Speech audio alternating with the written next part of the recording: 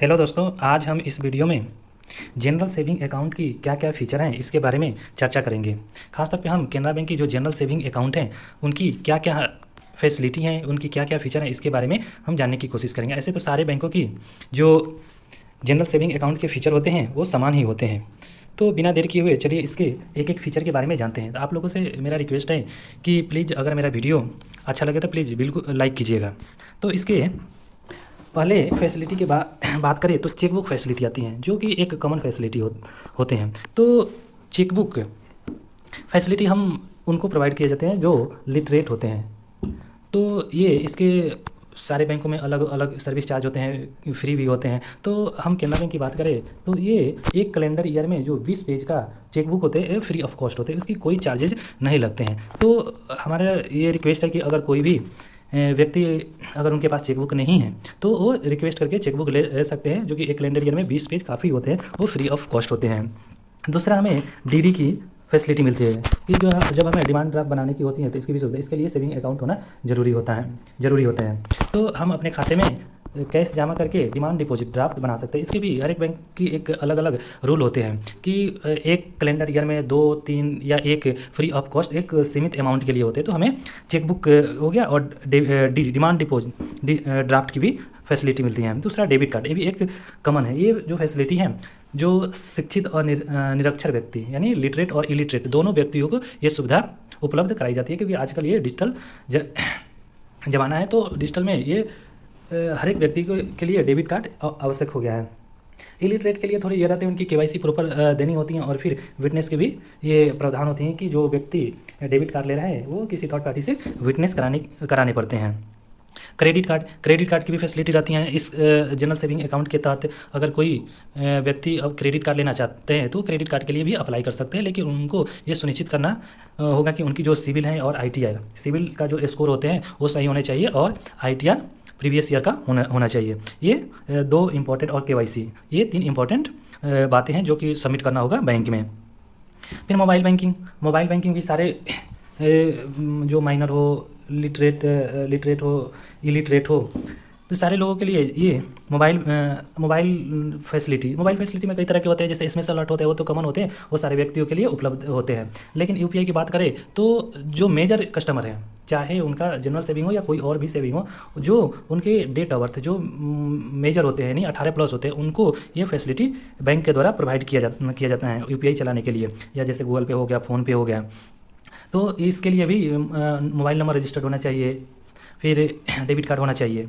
फिर आ गया email statement. अगर कोई व्यक्ति ये चाहते हैं कि हम जो ट्रांजैक्शन कर रहे हैं बैंक में, अपना पासबुक में एंट्री कराने की जो झंझट होती हैं, वो उससे बचने के लिए या बैंक में जाने से बचने के लिए जो हम ट्रांजैक्शन कर रहे हैं उसका हमारा मंथली स्टेटमेंट आ जाए, तो उसके लिए कस्टमर को बैंक में जाकर अपने ईमेल ID रजिस्टर्ड कराना होगा, और उसमें जो मंथली फ्रीक्वेंसी है वो फैसिलिटी जो ब्रांच अधिकारी हैं उनसे बोलकर अपडेट कराना होगा। फिर आपके खाते के जो जैसे इसका एक फिक्स टाइम रहता, महीने का 1 तारीख, 2 तारीख, उस दिन आपको एक स्टेटमेंट मिल जाएंगे, यानी ईमेल पे आपको स्टेटमेंट आपके अकाउंट का आ जाएगा। तो ये सारे फैसिलिटी ये सेविंग अकाउंट में होते हैं, जो कि सारी चीज़ कॉमन है, लेकिन लोग उतने अवेयर नहीं होते हैं और बैंक की लाइन में लगे रहते हैं। ज़्यादातर कोई रूरल एरिया का ब्रांचेज है, तो उसमें तो इस सब से बचने के लिए जो फैसिलिटी है इसकी लाभ लेना जरूरी रहता है। फिर इंटरनेट बैंकिंग फैसिलिटी भी रहता है। इसमें भी मेजर कस्टमर को बैंक प्रोवाइड करते हैं जिनकी उम्र 18+ है, तो वो अपना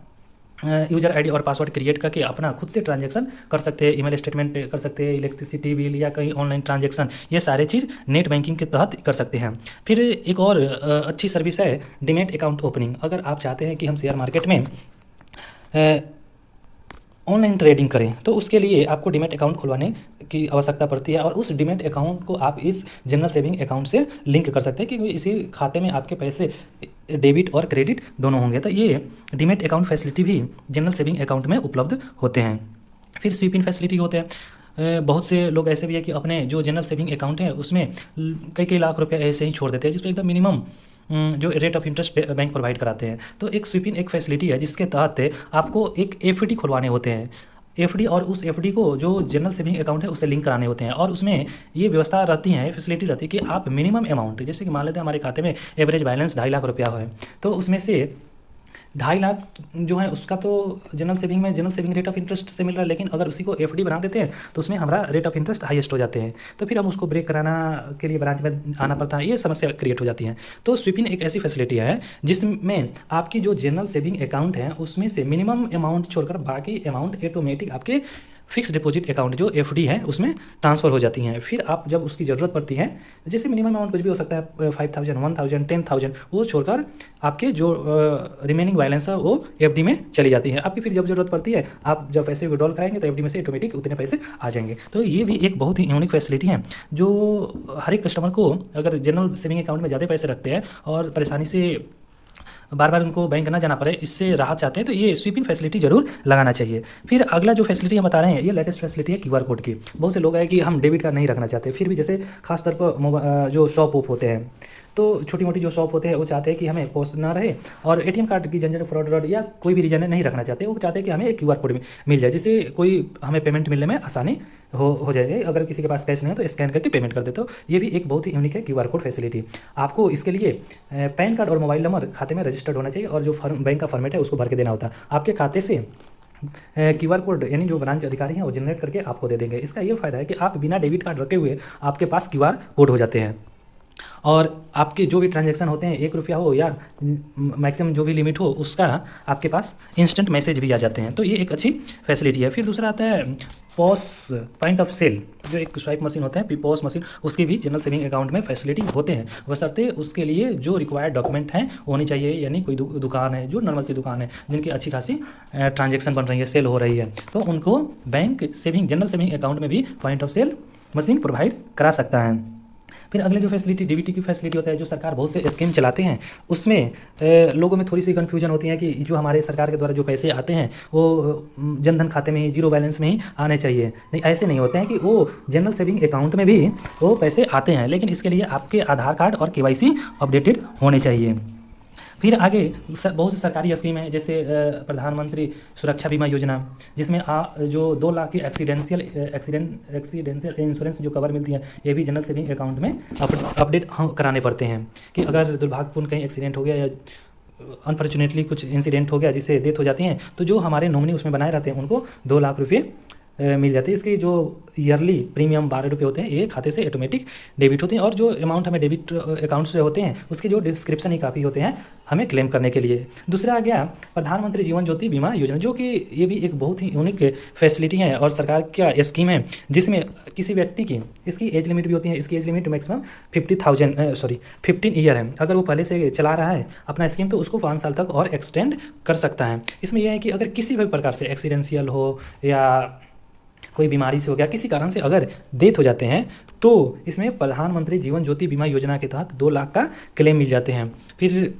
इसमें अटल पेंशन योजना का भी एक स्कीम है, जिसमें हमें वृद्धावस्था में या जो कस्टमर ये लेकर चाहते हैं कि हम अपने जो फ्यूचर डे हैं उसको सिक्योर करें, तो ये भी एक बहुत ही यूनिक गवर्नमेंट ऑफ इंडिया के द्वारा जो लॉन्च किया गया है। ये बैंक के माध्यम से आप इन सारे फैसिलिटी को लाभ ले सकते हैं। इसका यह है कि आपको चॉइस करना है कि मुझे फ्यूचर में 1,000 का पेंशन चाहिए, 2,000 का पेंशन, 3,000, 4,000 या 5,000 का पेंशन चाहिए, तो अपने उस हिसाब से आपके खाते से पैसे ऑटो डेबिट। इसकी जो मिनिमम एज क्राइटेरिया है वो 18 साल है और मैक्सिमम 40 साल है। तो इनके बीच में आप जैसे जैसे आपकी उम्र ज़्यादा होंगे तो आपकी जितने देर करेंगे इसको सब्सक्रिप्शन करने में, लेने में, उतनी ही आपकी प्रीमियम बढ़ती जाती हैं। तो ये भी एक बहुत ही यूनिक है। जैसे कि पेंशन के लिए बाद में बहुत से लोग बैंक का चक्कर लगाते हैं कि ये सरकार का ये पैसे आ जाए, ये पैसे आ जाए यहाँ से। ये एक ऐसी यूनिक योजना है जिसमें हमें कहीं चक्कर नहीं लगाने होते हैं। अगर इसमें इंश्योरेंस भी कवर होते हैं, अगर ये जो गवर्नमेंट एम्प्लॉय है उन लोगों की तरह इसमें ये फैसिलिटी और व्यवस्था रहती है अटल पेंशन योजना में कि अगर जो प्राइमरी सब्सक्रिप्शन वाले व्यक्ति हैं, जो अकाउंट होल्डर हैं, जो पेंशन ले रखे हैं, अगर उनकी अनफॉर्चुनेटली डेथ हो जाती हैं तो जो उनके स्पॉज हैं उनको ये पेंशन की रकम उनकी आजीवन तक मिलते रहती है जब तक जीवित रहती हैं। तो ये बहुत ही अच्छी फैसिलिटी है सरकार के द्वारा जो स्कीम है, और इस जो जनरल सेविंग अकाउंट का फीचर है इसे लिंक रहते हैं। तो आगे हम ये बात करना चाहते हैं कि इसकी कुछ बैंक की तरफ से ट्रांजैक्शन की बात करें तो इसमें नॉर्मल 10 लाख का डेबिट क्रेडिट का ट्रांजैक्शन का लिमिट रहते हैं। जो जनरल सेविंग अकाउंट है 10 लाख तक कोई परेशानी नहीं आती है। फिर मिनिमम बैलेंस की बातें करें तो ये एरिया के ऊपर डिपेंड करता है। अगर कोई ब्रांच रूरल एरिया में है तो मिनिमम केनरा बैंक की बातें करें तो मिनिमम 5000 है। अगर अर्बन, सेमी अर्बन और मेट्रो की बातें करें तो ये मिनिमम बैलेंस 1000 हो जाते हैं। तो इसमें आगे ये भी बातें रहती हैं कि ये जो खाते हैं कौन लोग खुलवा सकते हैं। तो एलिजिबिलिटी के हिसाब से जो जनरल सेविंग अकाउंट है कोई भी खुलवा सकते हैं, वो मेजर हो, माइनर हो, अंडर गार्जियन हो।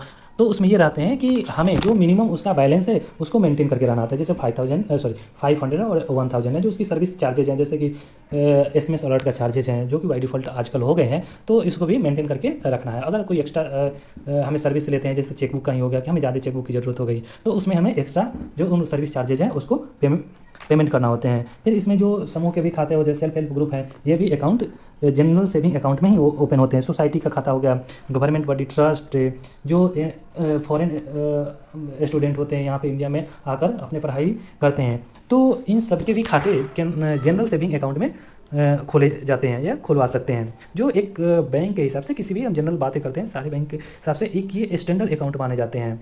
और इस पर जो अकाउंट का जो प्रोडक्ट आते हैं वो देख कर लगता है कि हाँ ये जो उसकी सर्विस भी मिलती हैं कि अगर मिनिमम बैलेंस का जो हो गया कि डाउन गया तो सर्विस चार्ज बैंक काटने लगते हैं GST के साथ में। तो ये चीज़ रहता है, बैंक के लिए ये स्टैंडर्ड अकाउंट मानते हैं। इसका जो अभी हाल फिलहाल में रेट ऑफ इंटरेस्ट है वो 2.9 है।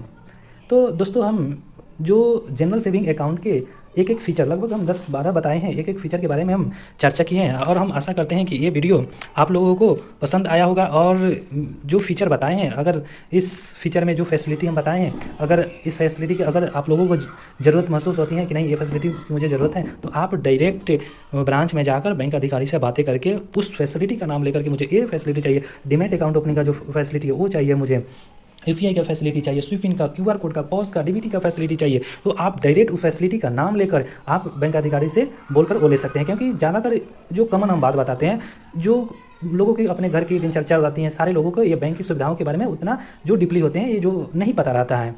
किसी व्यक्ति का जो ये रहते हैं कि हाँ उनको ये चीज़ चाहिए पता है तो जाके बोल देते हैं। नहीं तो जो जैसे किसान सम्मान निधि का किसी का पैसे नहीं आते हैं तो वो बोलते हैं पैसे नहीं आते, लेकिन क्यों रीज़न है ये DBT और उसमें किसी के खाते में एक्टिवेट नहीं देते, इस वजह से नहीं आते हैं। तो ये सारे रीज़न हैं जो कि हम इस वीडियो के माध्यम से क्लियर करने की, जो डाउट हैं उसको क्लियर करने की कोशिश किए हैं। तो दोस्तों मेरा वीडियो फिर से एक बार बोल रहे हैं, अच्छा लगे तो प्लीज़ बिल्कुल लाइक कीजिएगा और सब्सक्राइब और शेयर कीजिएगा। Okay, thank you.